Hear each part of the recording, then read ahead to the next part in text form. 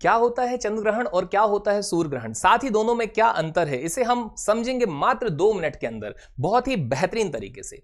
तो सबसे पहले तो आपको यह बता दें, जैसा कि आप स्क्रीन में देख पा रहे हैं, आपको एक सन नजर आ रहा है, अर्थ और साथ ही मून, यानी कि सूर्य, पृथ्वी और चंद्रमा तीनों नजर आ रहे हैं। अब आपको यहां पर बता दें कि भाई पृथ्वी जो है यह एक प्लेनेट है।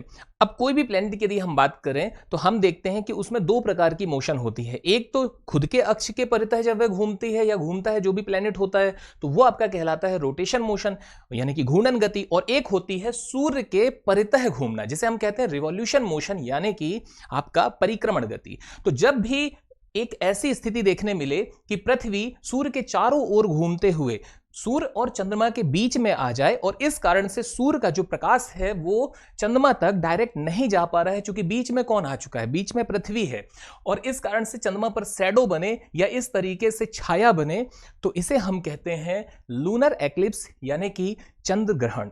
यहां पर अच्छे से समझिएगा, और इसे हम और भी आसान तरीके से भी समझ सकते हैं। भाई अच्छे से समझिए, आप किसी को देख रहे हैं, निहार रहे हैं, और इस बीच में कोई तीसरा आ जाए, कोई तीसरा ऑब्जेक्ट आ जाए, और इस कारण से आप उसे नहीं देख पा रहे हैं। यही तो है ग्रहण। ग्रहण क्या है?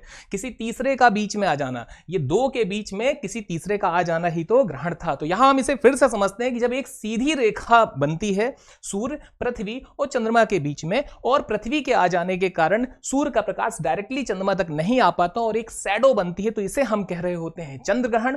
और इसी के जस्ट अपोजिट हम देखते हैं कि जब कभी सूर्य और पृथ्वी के बीच में चंद्रमा के आ जाने के कारण जो सूर्य का प्रकाश है वह पृथ्वी तक नहीं आ पा रहा होता है कुछ भाग में, तो उसे हम कहते हैं सूर्य ग्रहण, यानी कि सोलर एक्लिप्स। अब यहां एक और खास बात आपको बता दें कि जो चंद्र ग्रहण होता है, इस स्थिति में आप देखते हैं कि जो चंद्रमा है इसका रंग कुछ हद तक लाल या तांबे जैसा नजर आता है, इसलिए इसे हम कहते हैं ब्लड मून। धन्यवाद। जय हिंद, जय भारत।